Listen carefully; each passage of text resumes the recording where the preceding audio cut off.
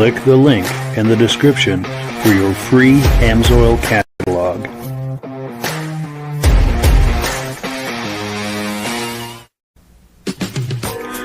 Before we get started, I'd like to give a quick shout out to some of our friends.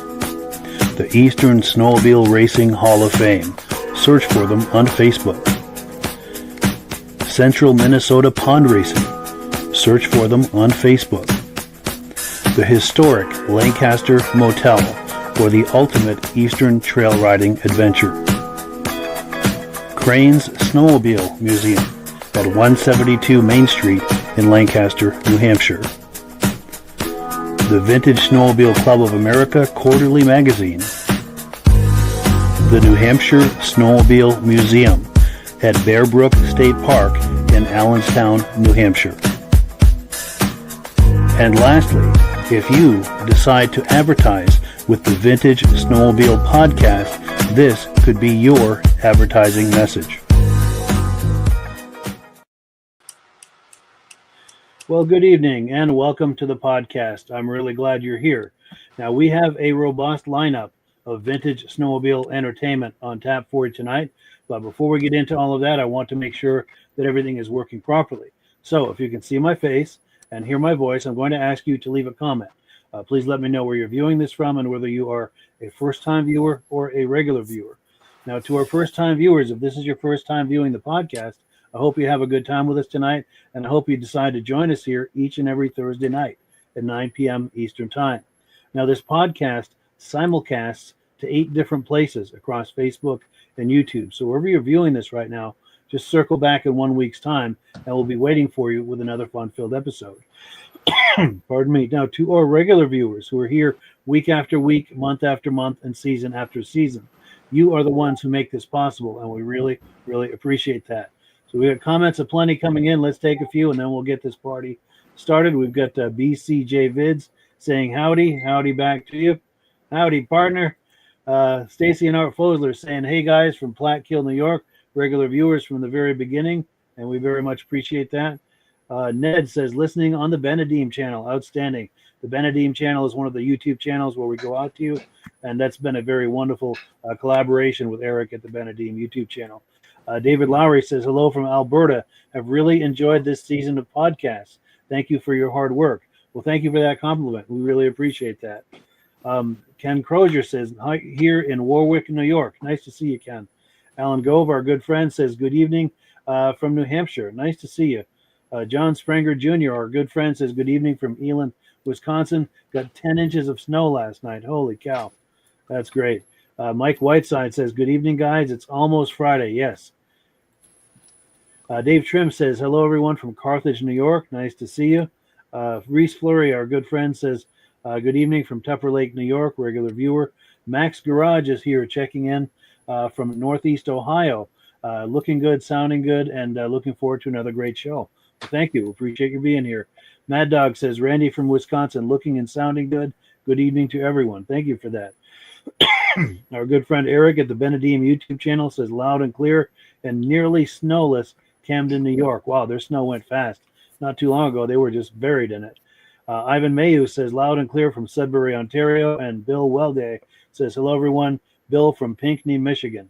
Outstanding. Well, let's bring our friends on, get this party started. Gentlemen, how are we doing tonight? Evening, Mike. I'm doing good, Mike. Cool deal. Hey, Rob. Great to see you both. Hello, Mitch. Good to see you again. It's only been 4 days. Good to see you, Rob. Now, I was thinking before we get started, we were talking backstage just a few minutes ago, and Rob just had the best idea. We were talking about what are we going to do for the final episode of the season, and he said, what about highlights from this past season? And I thought that was a great idea, and I put it to Rob and Midge. If they have favorite moments from this past season, please share them with me, and I'll dig them up and make sure it appears on the podcast. And I'd like to put it out to you, the viewers. If you have favorite moments that you really enjoyed over this past season, please let me know. Say, you know, this time so-and-so was on, or when we did such and such, and I'll try to find a clip, and we'll have kind of a greatest hits of this past season for our season finale next Thursday. And for most of you who follow this podcast, we do take the summer off. But not to worry, we air replays every Thursday night. So if you're used to watching Vintage Snowmobile programming on Thursday evenings, there'll still be something there for you. It'll just be a replay and not live. We also do the Muscle Car podcast over the summer months. So be sure and look for that, and we'll have information on that as we go. But pardon me, I'm still on the tail end of that cold. It just won't go away. Oh. Andrew Straco says, great to see you guys. Granville, New York. Nice to see you. Rich Shad says, good evening from Cleveland, New York. Great to see you. Our good friend Steve Dickinson, friends with Midge and I, said we look good and sound good. And also our good friend who's been on here many times, Jim Layton is here. Cool. Oh, and our good friend Ben from Vintage Mini Bike Lovers is here. He does the Vintage Mini Bike podcast that we put out on this channel along with Rob and I. So if you like those vintage mini bikes from the 60s and 70s, second Sunday of every month at 8 p.m. right here, we do that podcast. Jeff Wesner is in the house saying hello. Nice to see you. Well, there was a couple others here that I missed. Rob Grover, our good friend, says hello from Grand Rapids, Minnesota, regular viewer. And we're going to be looking at some video clips he sent us here in just a couple of minutes. Midnight Rider is here. Greetings all from Northwest Minnesota. Sounding great. Appreciate that. Okay, that one we've done. Okay, so I think we're caught up on the comments. Do Midge or Rob, either of you have any comments before we start? Well, it seems like it's been a short season, Mike. It flew by. Yeah. I can't believe we're getting to the end of it. Yes. Yeah, and it just gone fast this year. Yes. And this is our fifth season that we're winding down. This is episode 93. So sometime next fall, we're going to be doing our 100th episode. So if anyone has ideas on how we might celebrate that, any fun things we might do to celebrate that, please share either comments or message me privately. Because somehow, some way, we want to make that a special episode, the 100th episode. But my voice is not holding up very well tonight. So I'm going to get right into the video clips. We saw Rob Grover there in the comments just a moment ago. He shared some wonderful video clips with me. He's a big Arctic Cat guy. He's got a wonderful collection of cheetahs from the 70s. And I just clicked the wrong button here. I'm trying to bring up the video file, and I clicked the wrong button and ended up in a land far, far away. It's taking me a second here to get myself back into. What was that story? The Lion, the Witch, and the Wardrobe. They'd go through a closet and they'd end up in some other fantasy land, and then they'd have a hard time finding their way back to the closet to get back to reality. And that's what it felt like when I clicked that wrong button. I ended up in some other realm. But the good news is I do have that video clip. I'm going to click it right now, and we're going to take a look at Rob's cheetah collection. Let's take a look. Hey friends, Rob here. Here we are sitting 42 degrees in February, losing all our snow. I thought, wow, what the heck can I do? I can enjoy the snow before it all melts. Really can't go anywhere. So I thought, well, why don't I just take out all my cheetahs? First time they've ever all been all by themselves next to each other.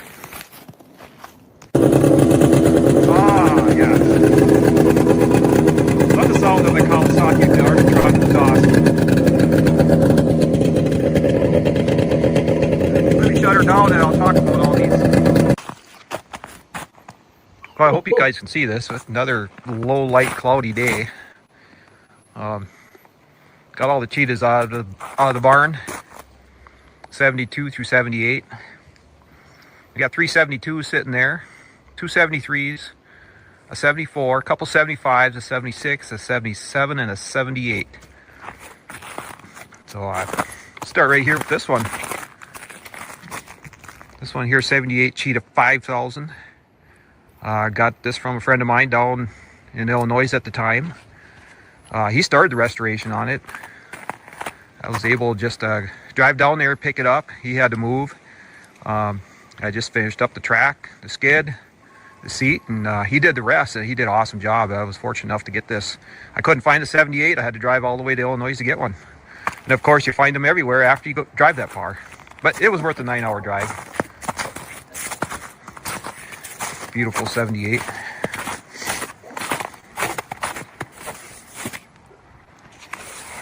I don't drive that one much myself. I usually let a woman drive that one. This one. I didn't have a 77.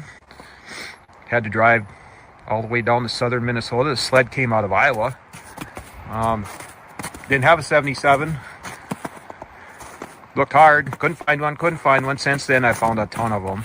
And I would not have had to drive that far. But this will end up being a sweet deal of a sled, too. It's pretty cool. This next one. Sled itself originally came out of McGregor, Minnesota. 76 Cheetah 4000. So this has the 440 Spirit in it. These two have the 500 Spirit. I can't tell the difference in them. They all fly. These Spirits are awesome. Full restoration on this one. New hood. The hood came out of Michigan. Belly pan came out of the North Metro. The skis, NOS skis, came out of Hibbing, Minnesota. And that NOS seat cover came out of a Artie Cat dealer out of Pennsylvania.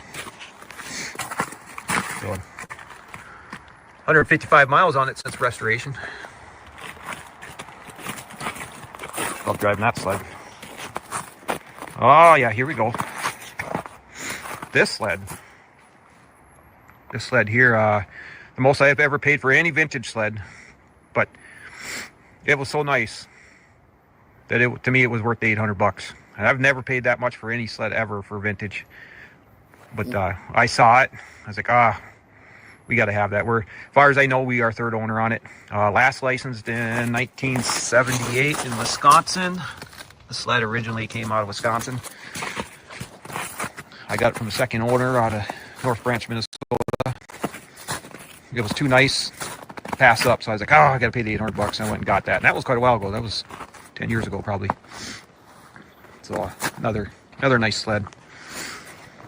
This one. 75 Artie Cat Cheetah rotary Wanko 295. Oh yeah, love the Wanko. A lot of people ask, why don't you take that one out much? Well, don't take it out much because we don't get a long enough winter to take them all to a ride. But that one's coming out next year. Love those Wankos. I believe I'm third owner on this one. Sled came out of Cokato, Minnesota.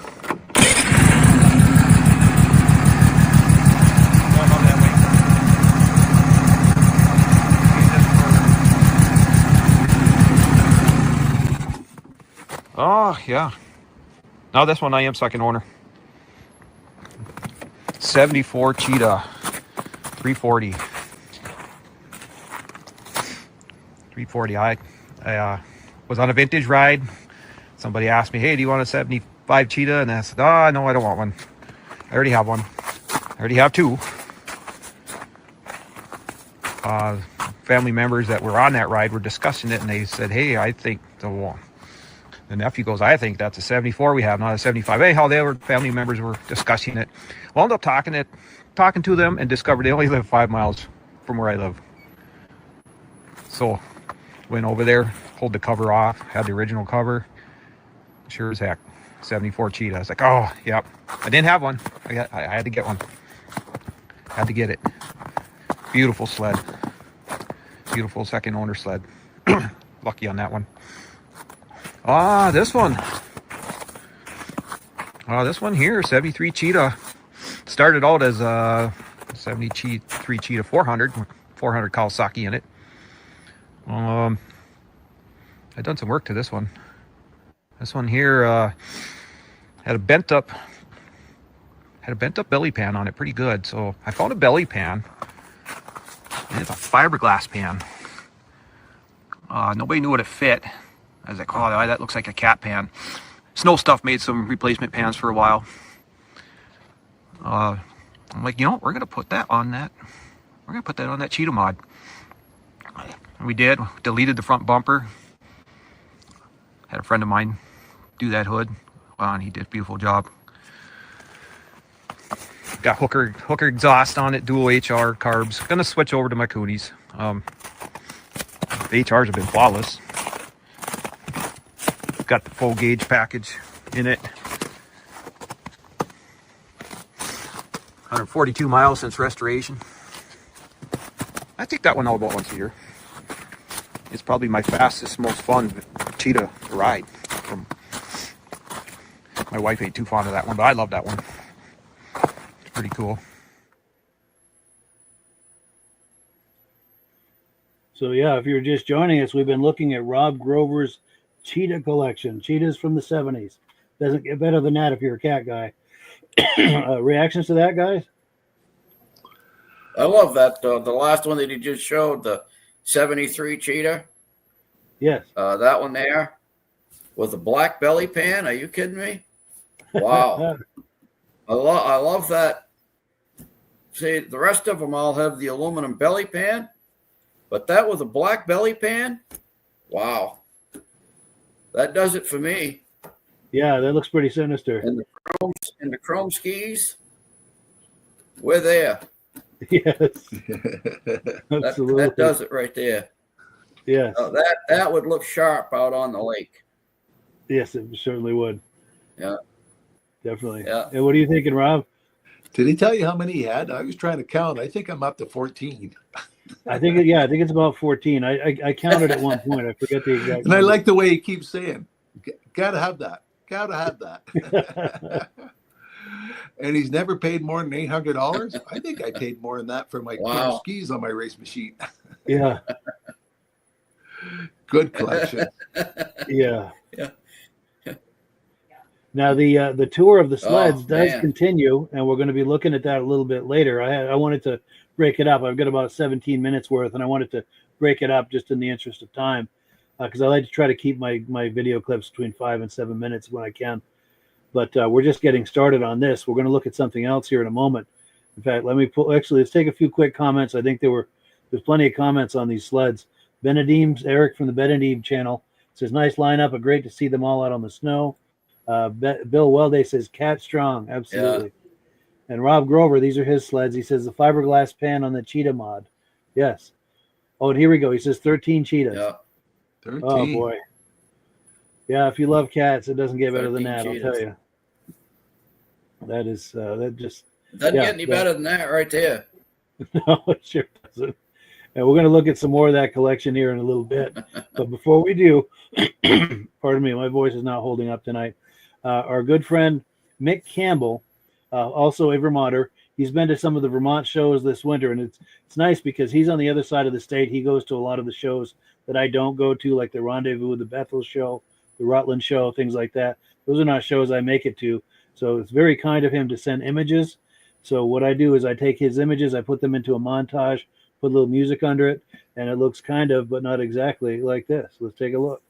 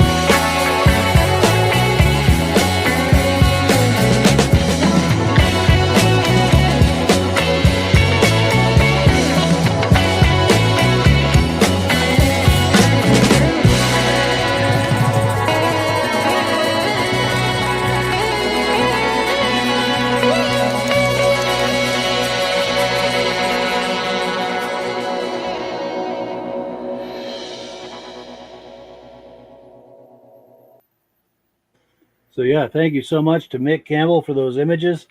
That's a great look at that show. What do you guys think? Anything jump out at you, Rob? Yeah, nice show.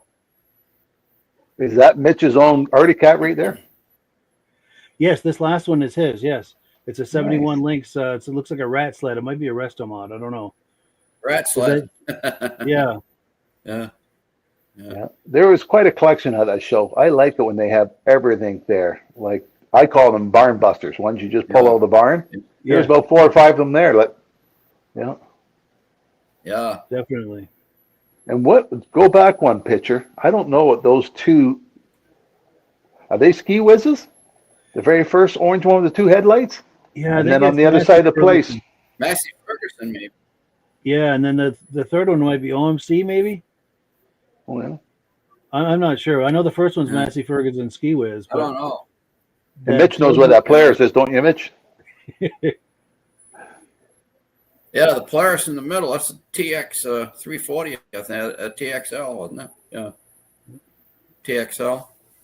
Yes. But, yeah, that orange one, I don't know if that's a Massey Ferguson or if it's a Skedaddler or what it is. Yeah, it might be a Skedaddler. Yeah.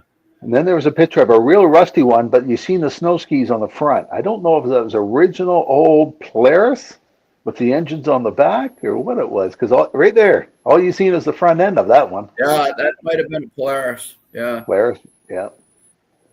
Yeah. The cab style looked Polaris to me. Yeah. Yes.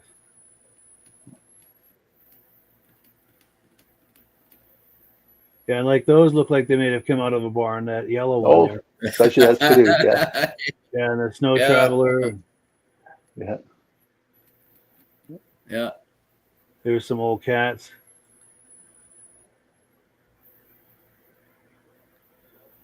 Cat was well represented at this show, I've got to say.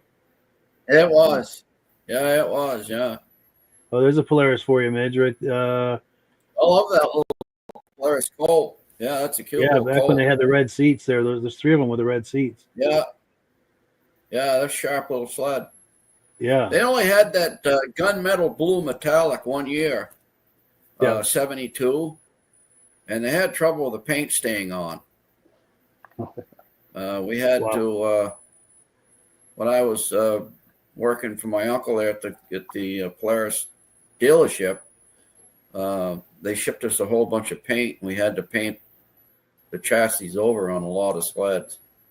Wow. They just, for some reason, they didn't treat the metal or something. I'm not sure. But anyway, we ended up repainting a lot of them. But it was a beautiful color. And that was the only year they used that gunmetal blue metallic paint. Huh. Oh, yeah. 72. 72. Wow, that's cool. Yeah. And then there's Ray Parento's sleds here. These ROPs, those are Ray Parento's. The one before that custom blue, it's custom made, isn't it? Yes. Oh, that Stretch Raider, that was amazing. Yeah, yeah. Yeah, isn't that cool? Yeah. I don't know how well it would turn, but. Yeah, that's going to be a custom job. You know. Yeah. Yeah. Well, there's some Polarises here. Some Huskies. Yeah. Yeah, they got a sled there like mine. A PDC. PDC, yes. Yeah. Yeah. I think yours was nicer shape. Yes. And I think that's a snow bug, isn't it? Yes. They're hard to find, those ones. Yes. Yeah. Early Polaris. Yeah. And then I wanted That's to a 73. Yeah. I didn't want to miss this one. This looks like a Panther Resto mod with a independent front and possibly rear suspension. That's pretty cool. Looks like a Yamaha style, a Yamaha front end. Phaser front end. Yamaha Phaser. Yeah. Yeah, it's a Phaser front end on an Arctic Cat. Yeah, pretty cool.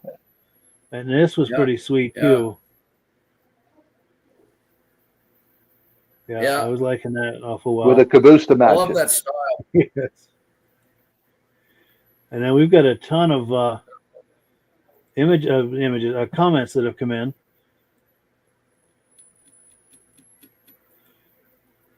And then Somebody someone said, asked they said, Midge, that's a nice shirt you've got. So yes, Ivan I'm Mayo. wearing There we that. go. Let me put you full screen. In case, because everybody knows I'm a Polaris guy, and I'm wearing that tonight for the folks that are Polaris people. Yes. Oh, here we go. Andrew Strakos posed a good question earlier. I wanted to circle back to it, so I'm going to right now. He's saying, I was wondering about Oscar St. Onge. Is he in the Hall of Fame? Also, did Timberland put out a magazine like Elliott He should be. and Hutchins did? Yeah. Yeah, he should be. Problem is, Oscar is not. We've reached out to Oscar, and that's as far as we just can't seem to get him interested in sending a resume, or if he, I don't know. But Oscar definitely should be in the Hall of Fame. Sure. But we just need Oscar to help us out on that. Yes. Yeah. So if anyone knows Oscar, please give him a little nudge if you would. And then also, did Timberland did Timberland put out a magazine like Elliott? A magazine they did in New York. Oh, they did. Timberland did. They did put out a little magazine. Yeah. Nice. I don't have one handy, but I think Paul Crane has a couple of them. They must be collector's pieces. That they. Yeah. Yeah. And I'm just popping. The other orange one is a ski Okay, daddle. that's a ski daddle. Nice. Yeah. I love that about this podcast Yeah. and going live. The immediacy of putting questions out and getting answers right People away. know. Oh, another confirmation on the ski daddler. Yeah. Oh yes, we're getting tons of confirmation on that. Someone's liking daddler. that Mercury and liking the Husky. Outstanding. Yeah. Well, cool. So I'm going to pull this down. And let's see what we have next here. We have... Okay, so this is from the show in Newport Center, Vermont in, I think it was late January. Met up with Dan Fields. He collects some of the old stuff. He likes the really early Ski-Doos and Polarises, and he's going to talk them up. Let's take a look. How you doing? I'm Dan Field from Grantham, New Hampshire. We're here at the Tatro Family and Country Riders Vintage Show. These are my sleds here. I got a 1963 Skidoo with a Kohler, 7-horse Kohler in it. And it's got some of the accessories on it, accessory bumper and rear bumper, luggage rack. It's got the saddlebag on the back. RV. Got a little toboggan with ice fishing. Oh, yes. Memorabilia going on there. Nice. That takes you back. Yep. It's a 1964. This has the Rotex. It's got the 9-horse. Virtually basically kind of the same. A little bit different, so on a 63, the fiberglass hoods were thinner. And if you notice, the dash has more of a slant than the 64. Exhaust goes down through in front of the engine on this one.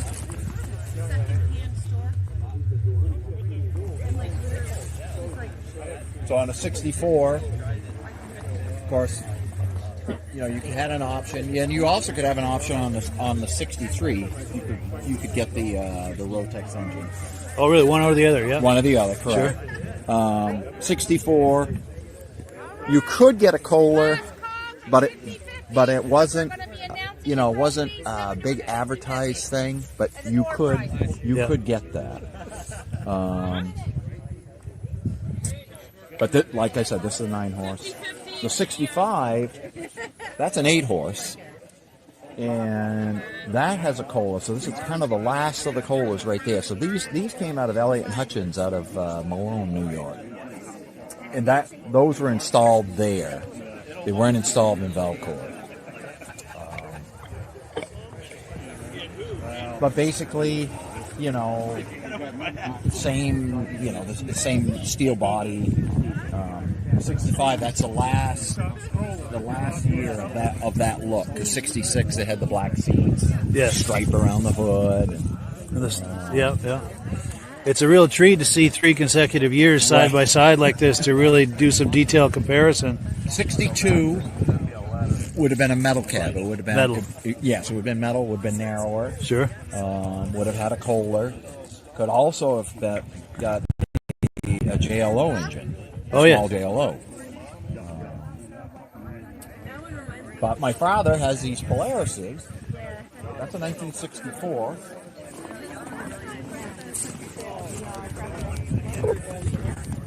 So this is a Pacer.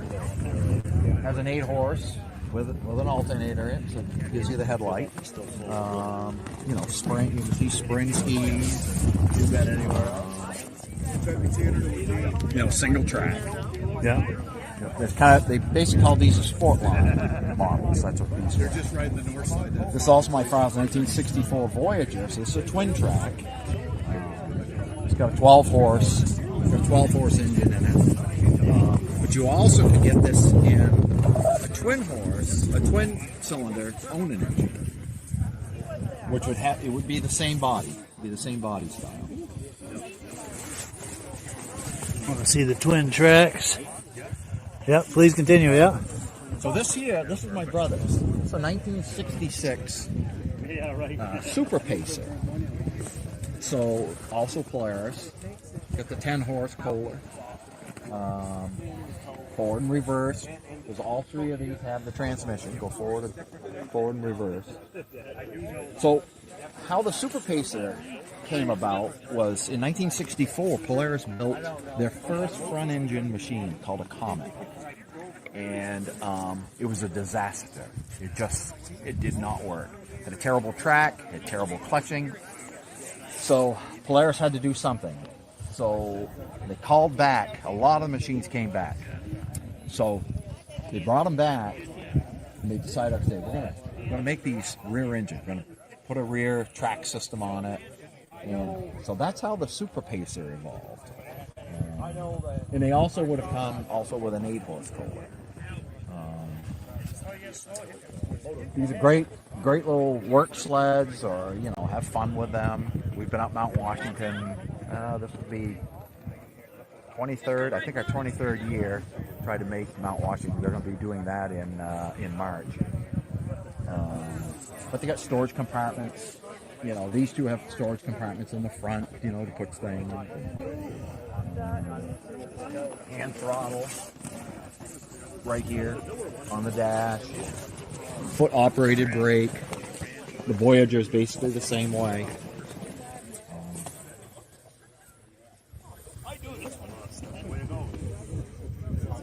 Not very fast. Sure. 15 miles an hour. A lot of steel there, but they are definitely a lot of fun to Very ride. capable in the snow. Yes, they are. Nice. Yep, they are. Well, great. Well, thank you, Dan. I appreciate it. Thank you. Cool. So, yeah, Dan Fields right there. Now, he and I are working behind the scenes. He's got some footage from Mount Washington climbs and stuff, I think, out in the Allagash and everything when they were testing them. So next fall, we're looking forward to having him on. And over the summer, he and I are going to figure out the details of how we're going to make that footage happen. But we've got great plans on that. Reactions to what we've been looking at just now? I like the history. I like when people know the history, because I didn't know that about those Skidoos. Yeah. So it sounds like that Skidoo was sent to the dealership, and they picked what motors they want. The dealership had to pick what motors they want to put in it. The machines came out of Valcourt with no motors, and the dealership got to pick what they. Yeah, they shipped the motors separately, I think, to avoid a tariff or something. Well, what happened was, the Kohler engine, when Bombardier took the Kohler for the Bombardier across the border, U.S. charged him a tariff on the engine. They charged him, I don't know how much, but $100 or something like that, maybe a tariff. So Bob Bottoms of Timberland Machines contacted Kohler, and he said, is there any way I can buy these engines separately? Can I buy these engines from you? And then he told Bombardier to ship just the chassis down without the engine, and that's how they were able to drop the price on them. It was because of a tariff. So what they used to do is the sled would show up in a crate, the engine would show up in another little crate, and they'd stick the engines on them and put them out the door. Now, when they came through with a Rotax, there was no tariff on it because the Rotax came from Germany right into Valcourt, and actually Skidoo owned Rotax. They bought the Rotax factory. But when they had the Kohler, they were able to buy the engine separately from Kohler and have it shipped in, and that way, like I say, they could sell them for $100 cheaper. That's how that ended up. Sure. Now he said about the 62 came through with J-Lo engines. The Bombardier was experimenting with 2-stroke engines, and a few J-Los came down here. In fact, I think there was only maybe one or two that came down to Timberland Machines in 62. And Bill Buckland got one of them. It was a 6-horse J-Lo, and he cleaned up in racing with that thing because everybody else had a 7-horse Kohler. So that little J-Lo was blowing the tracks off from everybody, and but then Bombardier decided to go Rotax instead of J-Lo. So yes, very cool. That would be pretty rare to have if you could find a 62 with a J-Lo engine. Yeah. Yes. Very cool. So let's pull this away. We've got lots more to look at here, and the clock is ticking. Let's see. We've got some more of those cheetahs to look at, if my computer will catch up with me. So yes, here we go. Here's part 2 of those cheetahs owned by Rob Grover. Let's take a look. This one, I paid $200 for this sled. Sat under a tarp for 5 years. Didn't run well. Figured it needed crank seals, whatnot. I decided early winter here, I was like, let's see if we can get this running. All it did was clean the carb, clean the gas tank, fired up. It doesn't like to idle. It might need crank seals, but someone put updated skis on it. But it's definitely worth $200 for that thing. God, I can't remember where I found that seat. They had an all black seat on it. I found that seat really cheap. I just couldn't believe it. Really nice sled. I got a little work to do to that one. Oh, this one here. 72 Cheetah 440. This sled was actually beginning of last summer on the trailer going to the scrap. There was nothing. All it was a stripped down sled. It had a trunk on it, didn't have a seat, didn't have a tank, didn't have a dash, it had skis on it that wouldn't turn. They were seized up. And I thought, geez, I think I have enough parts to save that. And got a donor motor out of a Panther that I paid $100 for. Everything else I had, just parts laying around. The chrome tank, the chrome shocks, and this old hood I had laying around. I'm like, yep, we're saving that one. And I saved it with just spare parts. And I was like, hey, I did not have a 72 440 Cheetah. I was like, let's get one. Let's build one. And boy, I'm glad I did. I'm glad I didn't let that one go. Got some NOS parts, and then it's got some junkyard parts. But she's fun. Got a little work to do to it. The headlight doesn't like to work. I think the lighting coil is out. So I'll get into that. I think these two here were both, I consider junk sleds parts, but here they are in the lineup. So I might pull the motors and crank seal both those ones up, get them nice. 42 degrees today. These Kawasaki's do not like the heat. They don't like it. The Suzuki's, I've run them as warm as I want, but these Kawasaki's, I try to keep them under 25 degrees on a vintage ride. I know I'm going to struggle if I don't. That's just what nature they are. So Oh, there's this sled. This one. Second owner on. $399 Cheetah. Man, it's a nice second owner original 72 Cheetah, $399. I got it from the original family. I had to drive down Cross Lake, Minnesota to pick it up. Somebody had on one of the sites, free 72 Cheetah, motor stuck. I went down there. I said, hey, I'll take it. Taking it for parts for that one. So I'll take that. I went down there right away, picked it up. Motor was stuck, but oh man, it was nice sled. Talking to the guy, when he was 11 years old, he ran into a stump right here. The hood didn't fit right. This was all caved in. The bumper was caved right into the belly pan. Hood sat funny. I pounded all that out. Put on another bumper. So the bumper is a different bumper to come on it. And replaced the top end in it because the rings were stuck bad from sitting. They last ran it in 1984. To me it was worth going through it, fixing it up. It's such nice shape for an original, such an original sled. And that motor was stuck pretty bad in it. But so she's all good now. So gosh, yeah, nice sled for a freebie. I was pretty happy with that one.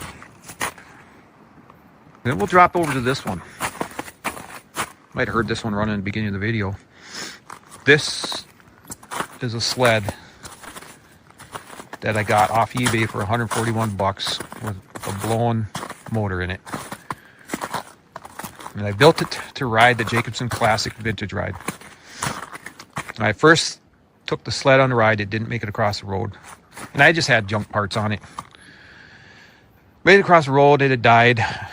And I thought, I ain't going back until this thing is totally gone through and runs like new. So that's what I did. This one started the addiction. And the Jacobsen Classic Vintage Ride started it. And I built it for that ride. As of today, as I speak, it's been on 66 vintage rides in 13 years. It's still fun. I hardly ride it myself. My daughter used to ride it years ago when she lived around here. My wife drives it. Gosh, fun sled. Fun sled. So, yeah, that was an awesome one. So that's probably it for this winter for these Cheetahs. 77 Cheetah down there with the Team Cheetah flag on it. That one is going under the knife this summer. I got a new hood for it. Got a new pan for it. I got a new seat for it. See if I can find some nicer skis. Just gonna do some crank seals on it and freshen it up, and that should be a nice sled. And those three right there will be fully restored. 76, 77, 78 Cheetahs, and they're done by this time next year. So there they are. I've never had them outside next to each other ever. They've been in there, they've been up in there, but they've never been next to each other outside in the snow. So now that I'm made this little video, I think next year we're going to try to run them at all 11 of them at a vintage ride. It's going to be a tough task. It's going to have to be a cold and lots of snow. Going to have to get 2 trailers. But that's the plan, is to run them all at a vintage ride next year. That'll be fun. I get enough drivers. So it'll be fun. So if you made it this far in the video, I appreciate you watching. And we'll see you guys at the swap meets and on the trails. All right. Catch you later.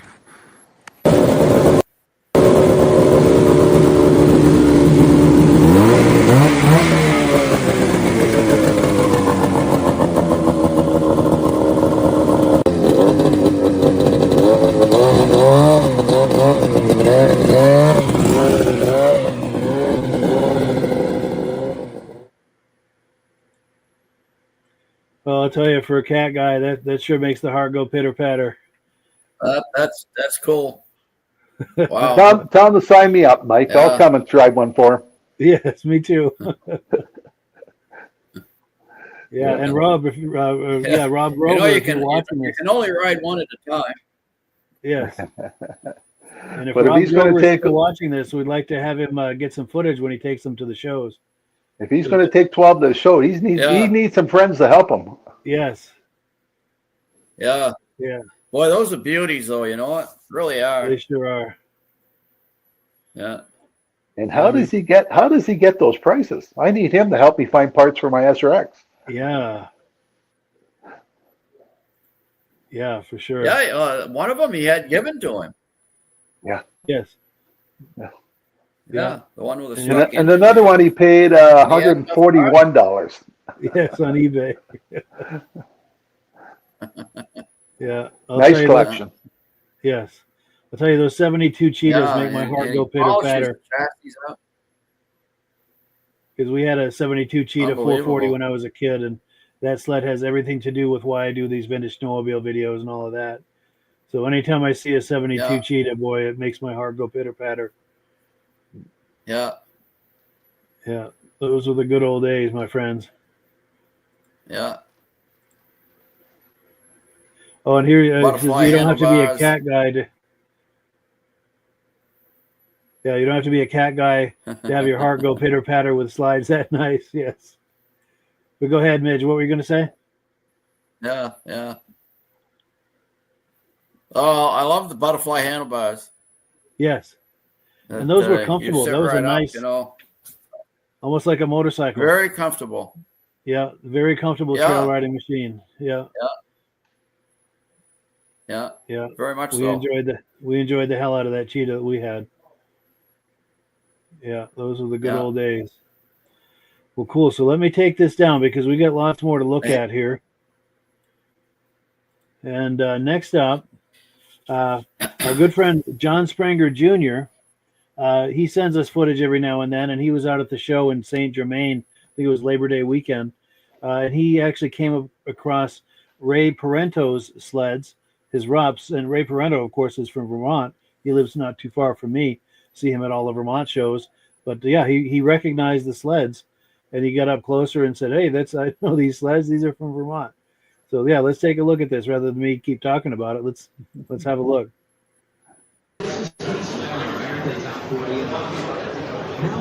This Memorial Weekend, I'm at St. Germain, Wisconsin, and the first two snowmobiles I come up to are these beautiful Rups, and they're by Ray Parento from Newport, Vermont. 72 Nitro 440.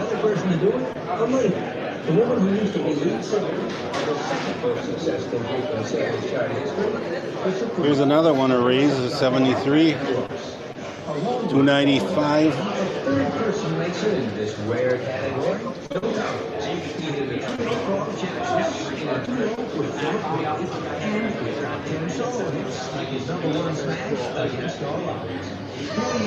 Really, really cool sleds.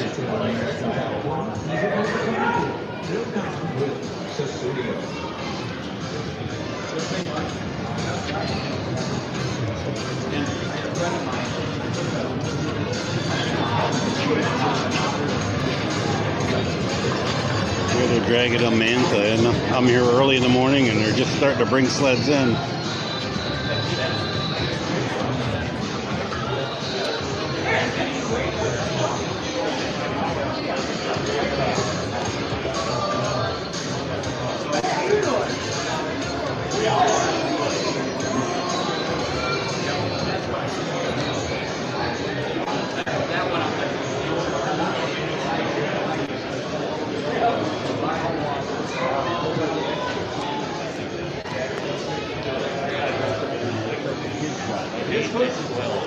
His hood is a little different than that. I'm not sure. Here's the one.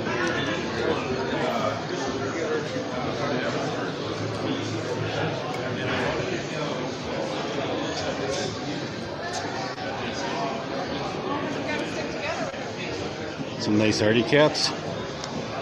Snow Pro.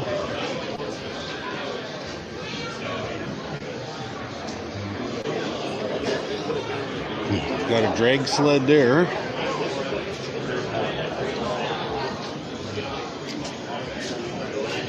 Yamaha VMAX.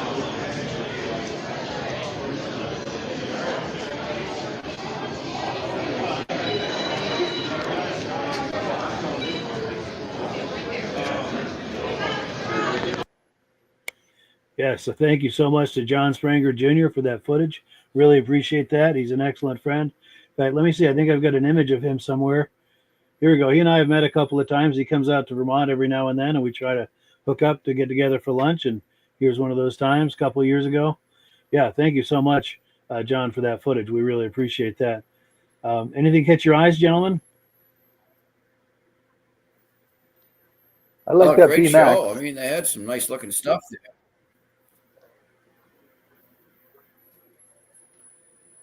Yeah, beautiful stuff. Those VMAXs are nice, yeah. These exciters, are these both exciters? Yeah, one might be a phaser with a with a shock. The one on the right's an it. exciter, though, I think. Yeah. Yeah, maybe. Yeah. There's that drag sled. No, and man, those Rups, what a beautiful sled those Rups were. That EXT you just passed, I have one of those in my backyard. Oh, sweet. Right there. Just like that. Wow. Wow. Those are nice. Yeah, right there. Very nice. Yeah. Yep. That's my daughter's machine now. Nice. Yeah. Yeah, and that was very some Polaris. Oh, this Manta, I believe that's what the heck is his name? Greg Dobrikey from Twin Track World. I'm pretty sure that's his sled. Yeah, he's really big, and he's kind of in the vintage snowmobile space. He's the Twin Track guy, Greg Dobrikey, and he and I collaborate. He lets me use some of his footage on some Sunday nights. I air footage from some of the shows he's covered out in Wisconsin. And yeah, excellent guy. There's some Polaris there. Yeah, and those are Ray Parento's Rups. Yeah, how cool is that to recognize those and get up closer and say, hey, I've seen those on the podcast. That's cool. I'm surprised Ray's only got the two of them in there. Yeah. Yes. Yeah, he's got quite a collection. Yes. Yeah. And then we've got comments coming in here. I'm going to pop them on the screen.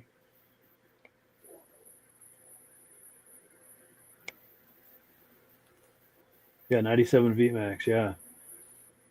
Exciter, yeah. Yeah. Oh, Jeff Wesner says those Yamahas are 5 miles from him. Very cool. Very cool. And Jeff Wesner's been on the podcast many times and will continue to be. We're looking forward to having him on next season when we start up in the fall. So, yeah, Jeff, if you've got any video clips or any ideas for any kind of a theme for when you come on, let's be in touch about that over the summer and make that happen. Let me pull this away here. I think we've got one or two more clips to look at here. Let's see where we are. We've got, one more clip. No, this is from not this past February, but the February before, February 24. This was the Crane show, the Crane Vintage Snowmobile show in Lancaster, New Hampshire, 2024. This was the 10th annual show that he had done. So he really wanted to try to pull out all the stops and make it an extra special show. And I believe he succeeded. Let's take a look at this clip here and see if you agree.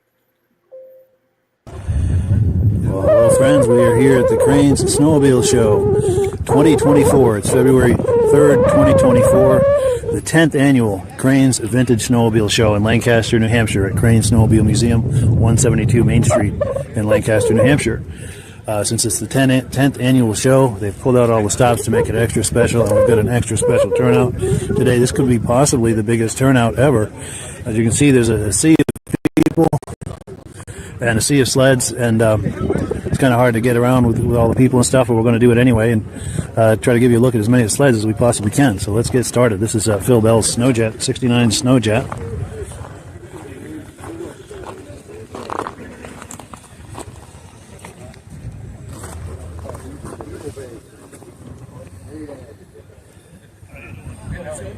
So these are Ed Stabs and Jeff Mower's sleds. These here, huh? I believe so. Yeah. Ed's got that. That TC.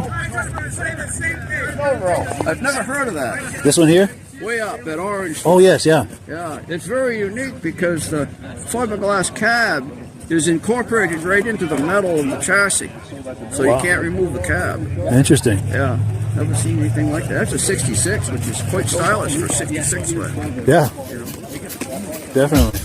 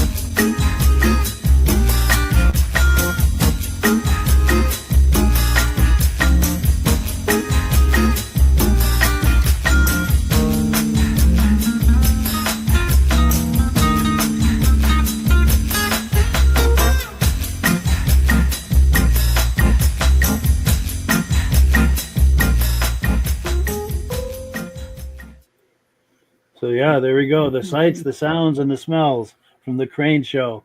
Reaction to that, gentlemen? That motorized toboggan, Model C. Was there also a Model A and a B before they came out with C? Good question. Probably. It looked like it'd be fun to drive around the field. I wouldn't want to have to climb through a ditch or go up a hill. He actually did, didn't he, Mike? Yeah, he rides that around, and you're right. I'm sure over ditches. I'm not sure. But go ahead. And it's really rub steering. Yeah.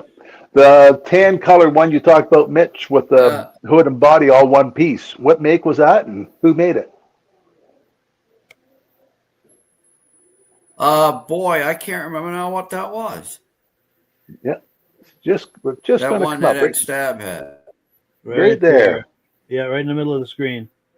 Yeah, I don't remember the name of that either, but kind of a brownish color. Yeah. And the body and hood's all one piece. Yeah, I don't know. And then Ed also has that Polaris TC, and in the back there, that gold sled on the far right. I think it's a Cometic. Yeah, that's a sweet sled. That's like in mint condition. That is right there in the back row. Yeah, and I think Jeffrey Maurer owns some of these sleds too. They usually come out together from out That's near. One of the very early Scorpions. Yes.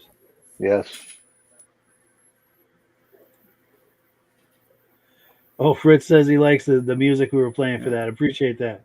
Yeah, that is kind of a catchy little tune there. And we get comments coming in. Yeah, thank you guys for the comments. We really appreciate that. Oh, he's thinking it might be a Larson that led to the one piece. Oh, you think that's the Larson? Okay. Could be. Yeah, I know that they bring some Larsons out. I also think that And the far left, that gold one might be a Larson also. Yeah. Boat company. Yes. Does it have a backrest that's leopard skin? Oh, I don't think so. Let me see if I can get closer in on that. Yeah, I don't know how close we're going to get to that. Yeah. Looks But like I a do have an two-tone. interview with him on that sled. Oh, yes, the tan one is a Larson, yes. And it's that one on the other side of it we're not sure of. So who made Larson? Where's Larson made? I'm not sure, but I think it's the same Larson boat as the Larson Boat Company. Larson I think Boat it's- Company. Yeah. Yeah, Yeah. I'm not sure where they're made. yeah. Probably out in the Midwest. Probably Wisconsin. That's boat company, good with fiberglass. That's why they did the hood belly pan all one piece. Sure. Yeah. Well, no, I think I don't know if there's the one on the other side of it that's the one piece, that orange one. Oh, And is I it? don't- Oh. Yeah, I don't know if that's a Larson, though. But I did get an interview one time with Jeff Maurer on that Larson where he goes into detail. I'll have to find that. Yeah. But yeah, as far as I'm concerned, the Crane Show is one of the best shows in the East as far as vintage snowmobile shows. Pretty hard to beat that. Yeah. Yeah. And This so year we anyway, had a guy bring 8 fully restored EXTs. all yes. lined right Oh up. my God, that was that was an overload. yes, that was magnificent. And I got an interview with him too. And each one was absolutely perfect, wasn't it, Mike? Yes, pristine. Each sled. Yeah, for a cat guy, that was overload right there. And Bill Welday thinks that orange sled is an Eskimo, and I think he might be right. Yeah. Yeah, that's the one with the one piece, that orange one with the one piece. Oh. I guess we're all froze up. I don't see any movement. Oh yeah, Yeah. and somebody like those Elans and those Ski-Doos, and yeah, just hard to beat that Crane Show for sure. Sure And is. where I'm going with that is if you're anywhere near where the Crane Show happens in Lancaster, New Hampshire, that time of year, it's usually the first Saturday of February. Very much worth the trip, even if you have to come stay at the Absolutely. Lancaster Motel and spend the night, make a weekend of it. That Crane Show is worth it. Yeah. And if you have an old sled, bring it. Yes. Yeah. Yeah. And they pass out some of the nicest looking trophies. Yes. They're made out of wood like they used to be. They're beautiful trophies. Yes. And that building behind, that's the museum, Crane Snowmobile Museum. There's another 100 sleds in there. Yeah. So you get close to 100 sleds outside that the exhibitors bring, and then another 100 inside. And they've got food in there. And, of course, Melissa's famous chili. It's Melissa's chili, but I'm trying to make it famous. Everybody I talked to, I mentioned the chili. So if you ever go to the Crane Show, ask about Melissa's chili and tell them that you heard about it on the podcast. Oh, Mick Campbell. Yes. Good. Yeah. We love those pictures you sent us, Mick. And yeah, if you ever have a chance, Bill, that show is very much worth a trip. Whereabouts that show located, Mike? Yeah. 172 Main Street in Lancaster, New Hampshire. And I have a slide for the Crane Snowmobile Museum somewhere right here. Yeah, and the museum is open year round. It is by appointment only. So if you ever see you're going to be going through Lancaster, call ahead and make an appointment to see the museum. Even just stopping to see the museum is a treat. Oh, so here we go. He says Bill and I are in Central Michigan, Central Lower Michigan. A little bit of a drive, but it looks like an outstanding show. Yes, definitely. If you ever want to come out east and try something different, that would be the show to do that. To do that, yeah. All right. Well, we are at the end of the program. Oh, we lost Midge. Yeah, he was freezing up earlier. Yeah, we had a difficult connection. I know his audio had a delay too. Yeah. But yeah, Rob, any closing thoughts before we wrap it up? Or? You know what? That was a pretty good show. Good selection of snowmobiles and a good variety of shows. And yeah, I liked it when people know the history of the snowmobiles, like the guy talked about the Ski-Doos and Polaris. I think Polaris must have been the first one to have a transmission with reverse. Possibly, that was 64. Yeah. Yeah, that's a few years ago. Yeah. Yeah. Yeah, my old 10-horse Skidoo, we'd take the clutch and turn it backwards, get it start, reverse to back up. Nice. Nice. Well, But cool. a good show. Well, thank you. Appreciate that. Yeah, thank you for being on, Rob. Thank you also to Midge. Sorry he dropped off, but we'll catch up with him next week. And thank you also so much to the viewers for viewing and for making comments. We've got a few quick comments. Oh, and Midge is back. There he is. There we I'm go. back. Yes. We were just doing final comments, Yeah, Midge. I Any locked final up. comments? Oh, there goes Mike. Oh, there you go. Any final comments, Midge, before we wrap it up?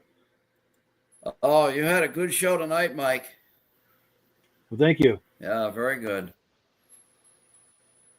Cool. Yeah, it flew Yeah. by. The hour flew by. That's for sure. Enjoy And we had it. we had a lot of good engagement from the viewers too. Lots of wonderful comments, and anytime we put questions out there, there's an answer Yeah. that comes No. back. Didn't it ever? Yeah. Yeah, that's one of my favorite parts of doing this. What is you the think about it, immediacy. Rob? Oh, I like the variety of the snowmobiles we had on it. Yeah. And I like it when the people tell the history about that snowmobile. It's educational. For sure. Yeah. Well, cool. It's educational and entertaining, so you call it edutainment. Yeah. So with that, before I go with any more lame jokes, I think we should probably wrap it up and give the last word to our friends at Amsoil. But yeah, thank you so much to Rob and Midge and to all our viewers for hanging out with us tonight. Another fun podcast. We really appreciate it. And next week is our grand finale, our season finale. And we're going to do, this is Rob's idea, we're going to do kind of highlights of this past season. So if you have certain highlights that you'd like to see again, some of your favorite moments of this past season, please let us know. Is this going to be like a bloopers? If we have bloopers. No. But anybody has ideas for what we can have for highlights of this past season? What were some of your favorite moments? Please message me behind the scenes, and we'll see what we can do to get those clips on. And likewise with Rob and Midge, if you have favorite moments from the season, message me, and we'll try to put it together. Some of the best moments of the season to wrap up the season. Sounds and good. then starting in April, Muscle Car Podcast. Keep that in mind. And all right, last word goes to Amsoil. Good evening, everybody. Have a good night. Great show. Hello, everyone. This is Rob and Mike. How you doing today, Rob? I'm doing good. Mike, yourself? Very well. Thank you so much for coming on. I appreciate it. Now, today, we're going to be talking about Amsoil. And in a few moments, we're going to show you how you can get the deepest discounts, free shipping, and free gifts when you order your Amsoil products through us. But first, I'm going to ask Rob to give you a quick description of what Amsoil is and why you should consider using Amsoil products in your motorized vehicles. Thanks, Mike. Amsoil is 100% synthetic oil. Everybody uses Amsoil for a different reason. Some people like the benefits that Amsoil is warranted for 25,000 miles or 1 year. The reason we can do that is because Amsoil doesn't oxidize. It doesn't form the usual carbons, gums, sludges like petroleum oils do. That's why we can keep it in the engines longer. Petroleum oils never do wear out. They oxidize themselves. That's why they have to be changed at 3,000 kilometers. And Amsoil likes the benefit that you only have to change the oil once a year. That saves them money. Some of the people like the benefit of Amsoil is it's a slipperier type lube. By having a slipperier type lube, it cuts down friction and drag. By less friction and drag, engines run 20 to 50 degrees cooler, better gas mileage. Now, Amsoil says 25% more protection than the industry requires is in the Amsoil bottles. My average customer gets about 10% increase in gas mileage. That's a big savings. Yeah. And by cutting down friction and drag, for every 10 degrees you cut down the friction and drag, doubles the life of the engine. So by having the engine run cooler, it makes it last longer. Some people like the benefit of the range of the Amsoil. Amsoil's flash point is 425 degrees, and it pours at 50 below zero.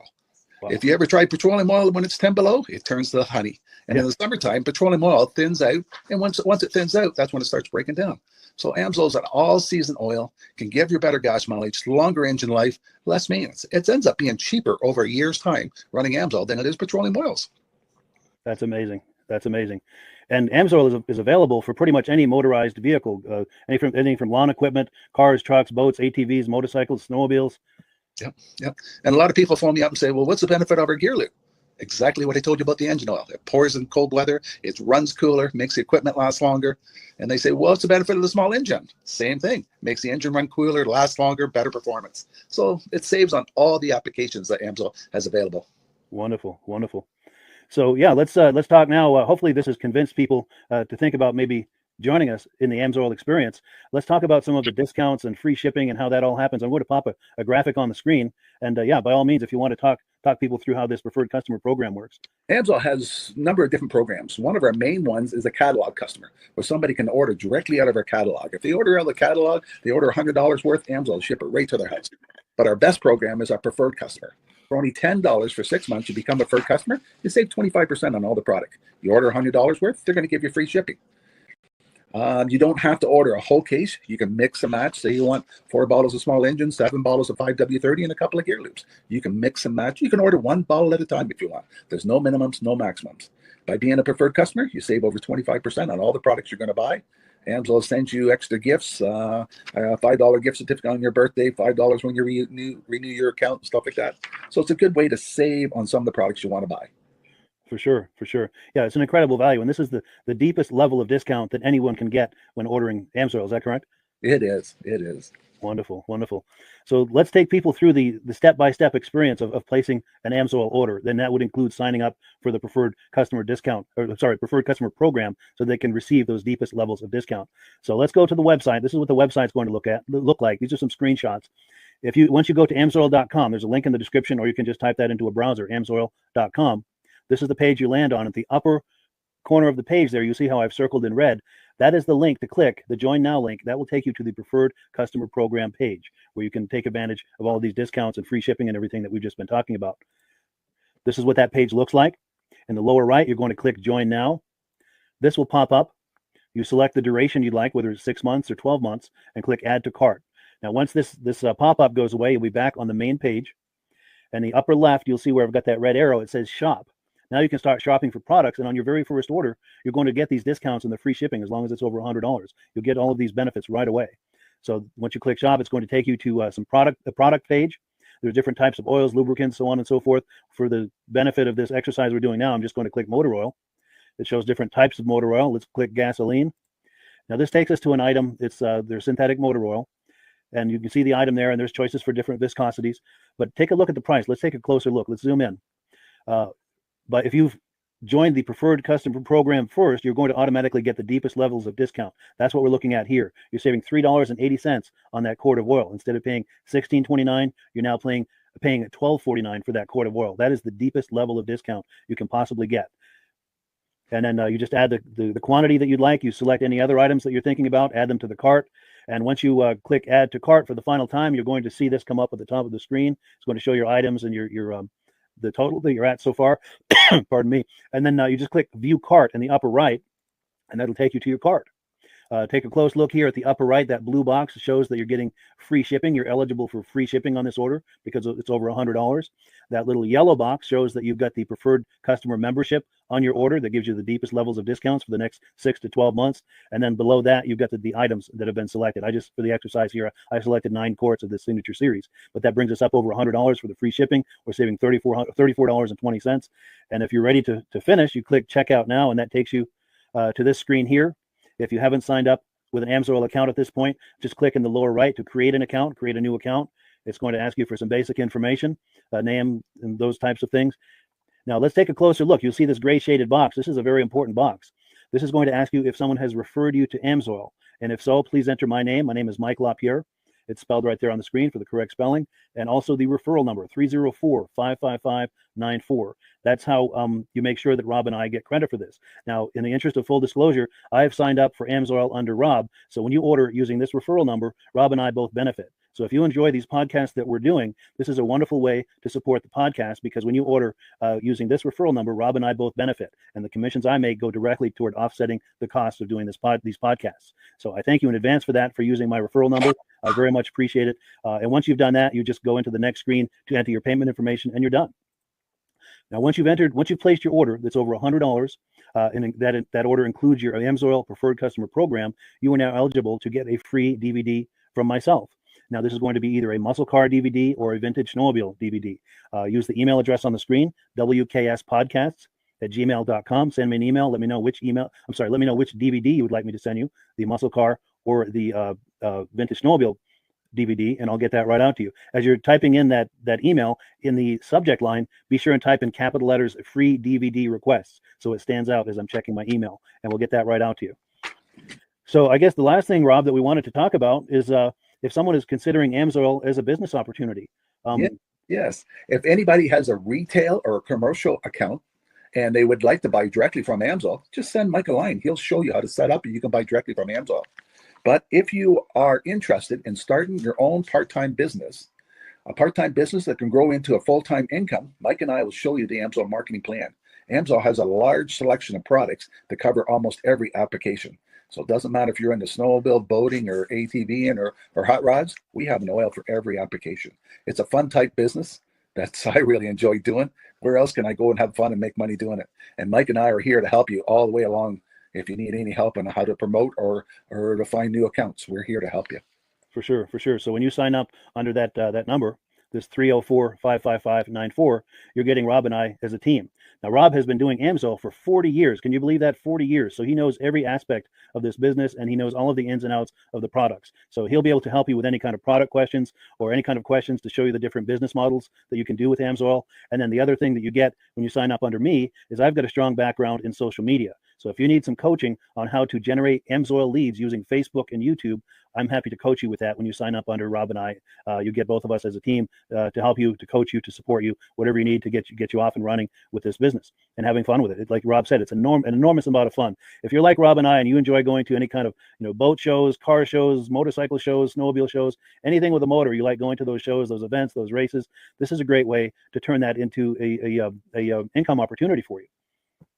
Yes. And just by wearing my Amsoil hat at one of these events, people come up and ask me about Amsoil. People don't know where to buy it, and I'm there to help them, show them where they can buy the product. Perfect. Well, cool. Well, this is great. Any final thoughts, Rob, before we wrap it up? Amsoil's a fun business. Amsoil's been around since 1968. It was the first synthetic oil to be AI approved. Wow. Yeah. That's amazing. And that's very early in the game too, isn't it? Yes. For sure. Well, good. Well, thank you so much, everyone, for viewing. Hopefully, we've gotten you excited as we are about the Amsoil products. We'd love it if you could join us either as someone who uses the Amsoil products or to join the Amsoil team as a business opportunity. And we thank you so much for viewing. Have a great day. You have a good day.